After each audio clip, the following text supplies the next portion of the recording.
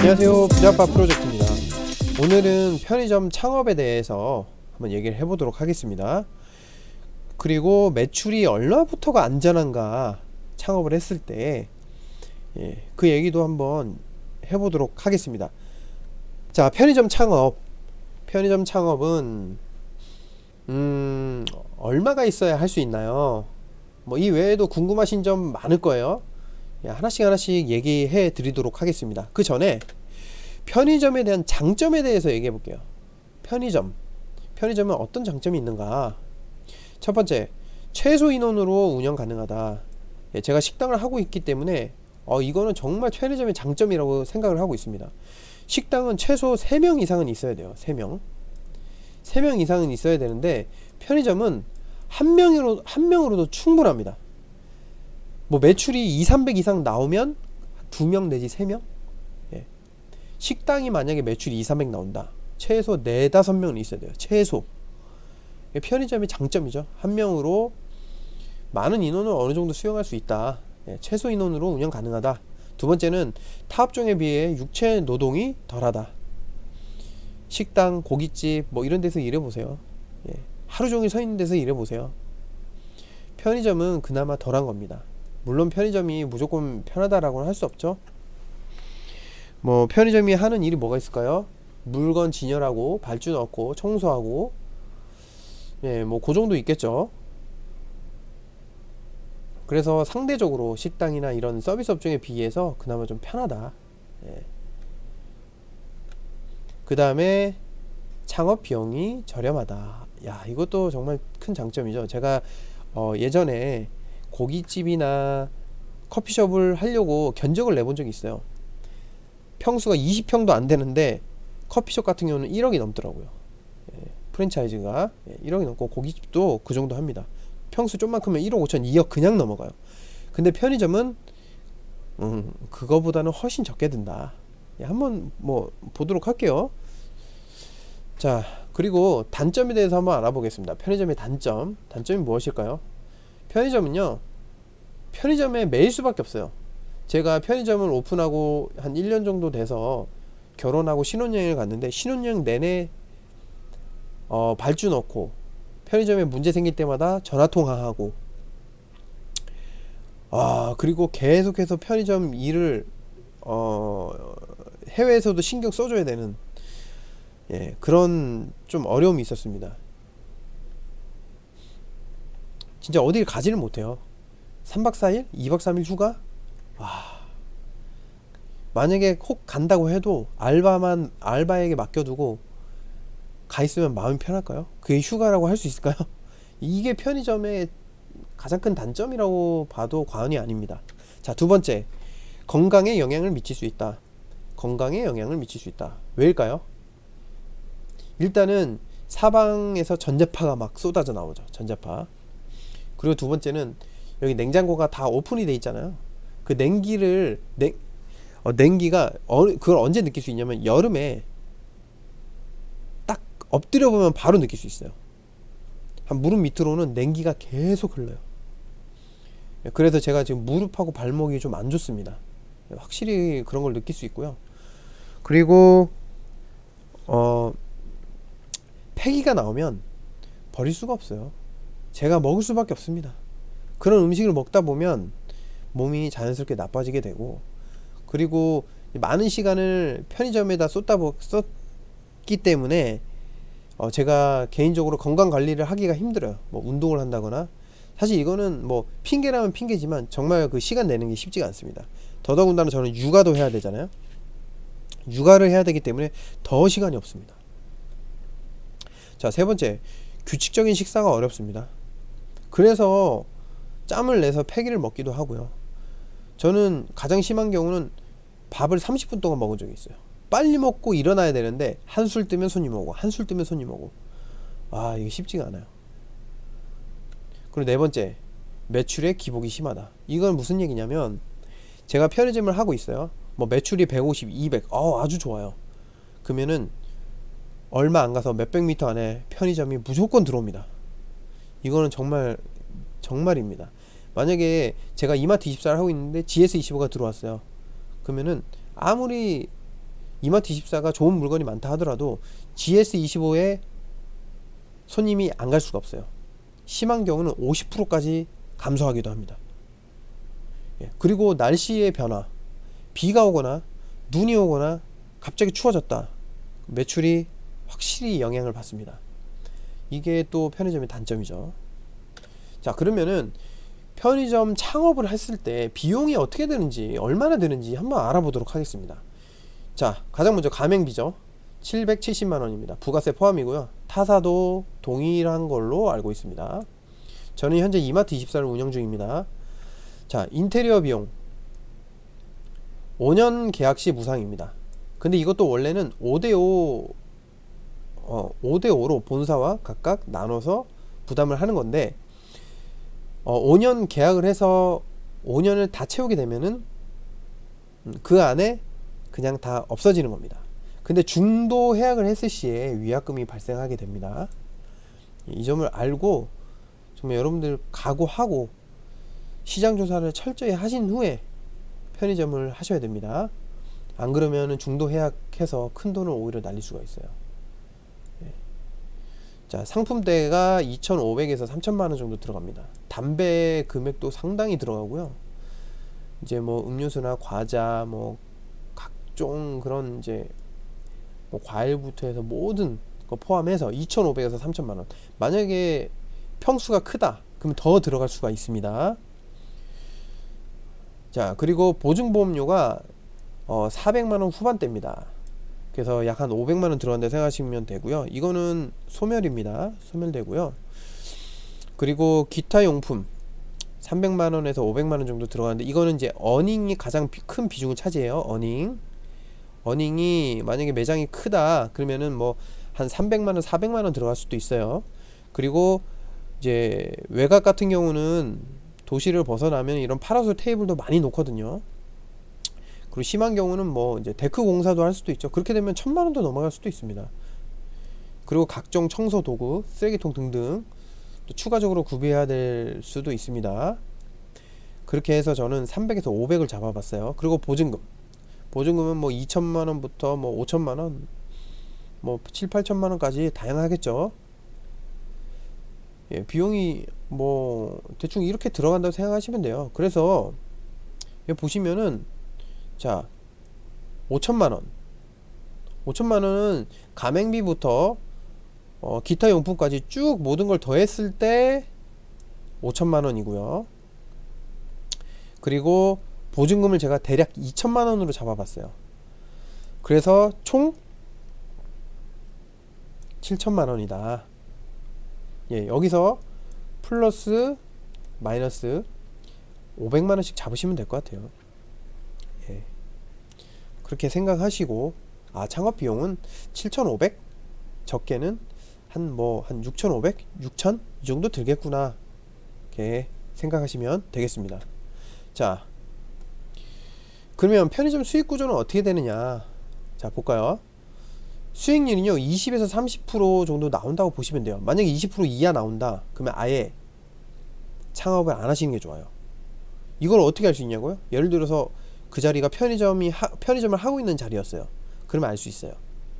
그러면은 이제 뭐 매출이 얼마 나오냐, 수익률이 얼마냐, 이거를 자료를 요구할 수 있습니다. 그래서 20% 이하다 그러면은 제가 확신하건대 매출이 300만원 250만원 이상이 아닌 이상은 안 하시는 게 좋을 수도 있습니다. 20% 이하인데 250만원 이상의 매출이 나와. 그러면 할만해요. 근데 200만원도 안 되는데 매출이 20%도 안 돼. 그러면은 조금 위험할 수도 있습니다. 위험할 수도 있습니다. 자, 가장 이상적인 마진율은요 25%입니다. 25% 이상은 나와줘야죠. 이상적인 하루 매출은 얼마냐? 150만원 이상은 나와줘야 된다. 여기에 이익률까지 25% 이상 나오면 아주 좋다, 그렇게 생각하시면 됩니다. 자, 그리고 임대료가 100만 원일 때 매출이 그래도 100만 원은 나와줘야 됩니다. 200만 원일 때는요 150은 나와줘야죠. 왜냐면 일단은 이 150만 원이면 알바를 안 쓸 수가 없거든요. 180만 원이면은 당연히 더 써야 되고요. 그리고 이 정도 매출이 나올 때는 거의 24시간을 하는 경우가 많아요. 24시간을 하는 경우가 많고, 그리고 임대료가 200에서 300이 나올 정도면은 이 정도 매출은 나와줘야 큰 부담 없이 안전하게 운영을 할 수 있습니다. 예. 물론 이익률도 20% 정도 나와줘야 되겠죠. 예. 그래서 만약에 알아봤는데 임대료를 200만원 달래. 근데 거기가 편의점 자리야. 어떤 사람이 양도양수를 하고 가려고 해요. 그럼 매출이 얼마 나오는지 자료를 요구를 해요. 그래서 만약에 한 160만원 나와 매출이, 이익률이 25% 이상 나와. 그러면은 할만합니다. 예, 나쁘지 않습니다. 300만원이야. 근데 매출이 180만원 이상 나오고 이익률이 25%야. 할만해요. 이거 꼭 참고하셔가지고 나중에 꼭 알아보고 창업을 하시면 도움이 될 겁니다. 자, 기타 수입을 한번 알아볼게요. 광고 수입이 좀 많이 있는 걸로 알고 있어요. 담배 진열장 위에 보시면 담배 광고 많이 하죠. KT, 말보로 회사들. 그리고 그 매대 양옆으로 보시면 담배 광고 많이 합니다. 그리고 심지어 이제 GS25 같은 경우는 이런 모니터 같은 거 세워놓고 창밖에서 볼 수 있도록 이런 광고 같은 거 나오잖아요. 동영상 같은 거. 그런 것도 다 기타 광고에 들어갑니다. 수입이 발생합니다. 예, 이것도 무시할 수 없고요. 자, 다음으로 넘어가겠습니다. 자, 그러면은 지출 내용을 한번 살펴볼게요. 임대료 이거는 아까 좀 전에 얘기했죠. 예, 임대료 관리비 포함해서 관리비는 2, 30만원 나오겠고, 적은 데는 5만원에서 10만원 나오겠죠. 자, 그리고 본사와의 수입 배분을 여러분들 잘 아셔야 돼요. 이마트24 같은 경우는 좀 괜찮은 게, 저는 부가세 포함해서 165만원을 본사에 제출을 하고, 이거를 이제 지불을 하고요. 165만원 지불을 하고, 나머지 수익은 제가 다 가져갑니다. 근데 이게 조금 올랐어요. 현재 조금 올라서 아마 180만원 정도 되는 걸로 알고 있는데, 그래도 괜찮은 거예요. 예. 그래서 보통 이제 세븐, GS, 미니 등등 그런 편의점들은 7대3으로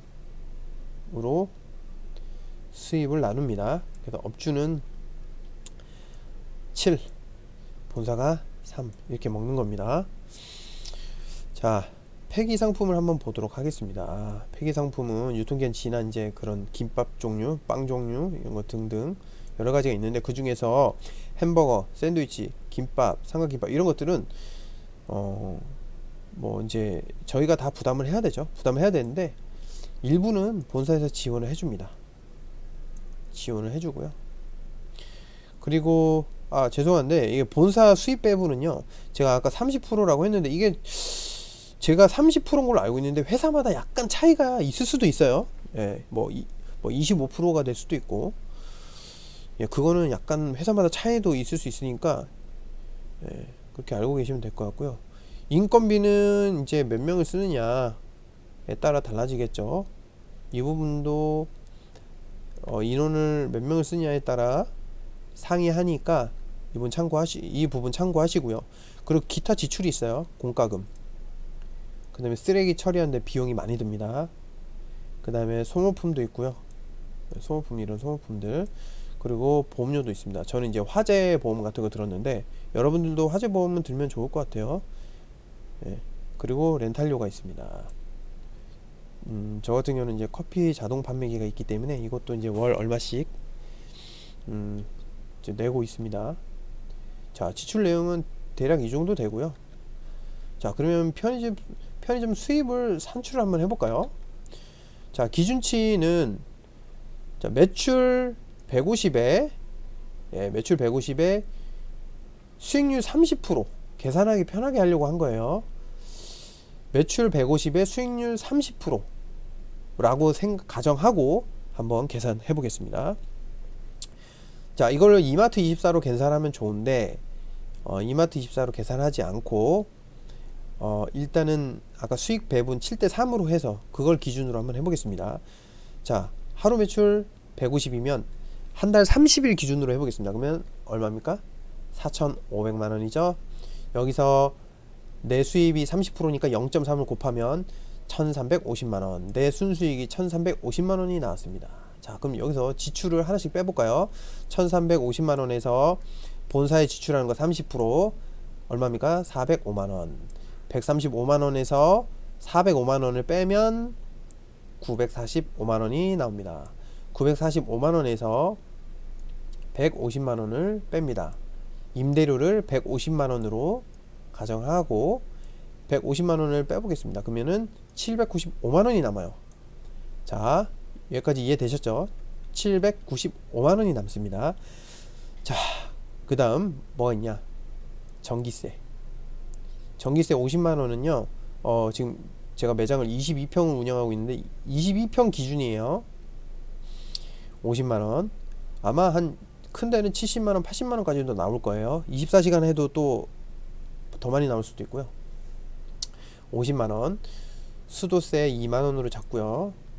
쓰레기 처리하는데 한 3만원 잡고요. 그 다음에 보험료, 아까 보험료 말씀드렸죠. 이것도 10만원 잡아볼게요. 렌탈료 10만원. 렌탈료는 뭐죠? 예, 아까 그 커피 내리는 기계, 그게 10만원으로 잡았습니다. 그래서 전기세 50, 2만원 이거 다 더하면 얼마가 나오냐면 75만원이 나옵니다. 75만원에서 795만원을 빼볼게요. 그러면은 720만원이 나와요. 자, 720만원이 나오는데 여기서 다음에 또 뭐가 있냐면 인건비가 있어요. 인건비는 저희가 24시간을 안 하더라도 새벽 6시부터 다음날 새벽 1시까지는 해야 되거든요. 그럼 그 긴 시간을 알바 안 쓰고 할 수가 없어요. 왜냐하면 개인 시간이 필요하거든요. 휴식도 취해야 되고요. 뭐 볼일도 봐야 되고요. 개인적인 시간이 필요하거든요. 그러면은 못해도 하루에 한 명에서 두 명의 알바를 8시간 정도는 써야 되지 않을까. 8시간을 써도 본인이 거의 10시간 가까이 일을 하셔야 돼요. 9시간에서 10시간 일을 하셔야 됩니다. 그러니까 알바를 한 명에서 두 명을 쓸 수밖에 없죠. 그렇게 쓴다고 가정하고요. 자, 8시간을 8,590원으로 곱해 보겠습니다. 최저임금이 내년에 오르죠. 그리고 이렇게 쓰다 보면은 또 저기 주말 수당, 또 수당이 따로 붙는 게 더 있습니다. 일단 그건 뒤로 하고 8시간 근무한다 쳤을 때 하루에 68,720원. 근데 이거를 계산하기 좋게 7만원으로 해보겠습니다. 7만원에 30일이면 얼마예요? 210만원. 210만원에서 더 든다고 생각하셔야 돼요. 210만원이 들고요. 그리고 폐기물품 본사에서 지원해 준다고 했죠. 뭐 김밥, 샌드위치, 햄버거 이런 거 지원해 주는데 그래도 폐기가 나오니까 장사 잘 돼도 폐기가 나옵니다. 약 10만원으로 한번 잡아보겠습니다. 예, 뭐 굳이 그게 아니어도 과자나 라면도 폐기가 나올 수 있거든요. 그래서 한 달에 한 10만원은 나온다 생각하고 10만원 잡아보고요. 그 다음에 로스가 있어요. 이거 5만원으로 잡았는데 로스가 뭐냐, 제가 먹을 수도 있고요, 분실할 수도 있고요, 상품이 파손될 수도 있어요. 분실은 뭐예요? 예, 애들은 훔쳐갑니다. 심지어 아줌마들도 훔쳐가는 분들이 계세요. 그리고 상품 같은 경우는 내가 진열하다 보면 또 이게 들고 옮기다 보면은 떨어뜨릴 수도 있거든요. 플라스틱으로 된 커피 같은 경우는 떨어뜨리면 그냥 팍 터져버려요. 그런 경우가 있고, 그리고 이런 캔 음료 같은 거 비닐 칼로 이렇게 건드렸다가 터지는 경우도 종종 있습니다. 예, 제가 한번 그렇게 해서 아주 그냥 음료수를 뒤집어 쓴 적이 있는데 이런 상황이 또 발생할 수 있다라는 거, 그거를 5만원으로 잡아봤습니다. 5만원 그렇게 해서 지금 이게 얼마죠? 15만원이죠. 210만원에 15만원을 더하면 225만원이다.